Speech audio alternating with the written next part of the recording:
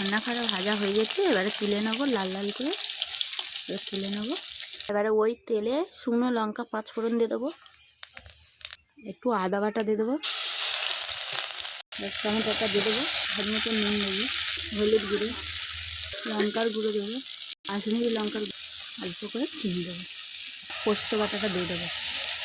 তেল ছেড়ে গেছে, এবারে সবজিটা দিয়ে দেবো। এখানে খুব সুন্দরভাবে হয়ে গেছে। এবারে একটু জল ঢেলে দেবো, 2টো কাঁচা লঙ্কা ছেঁড়া দিয়ে দেবো।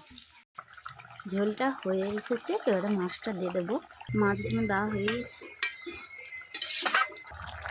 এবারে একটা প্রেসার ঢাকনা দিয়ে লাবিয়ে নেব।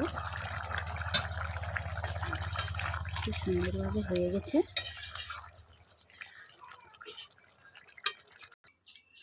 বাড়িতে আমি রান্না করে খাবে, ভালো লাগে, খুব টেস্ট হয়।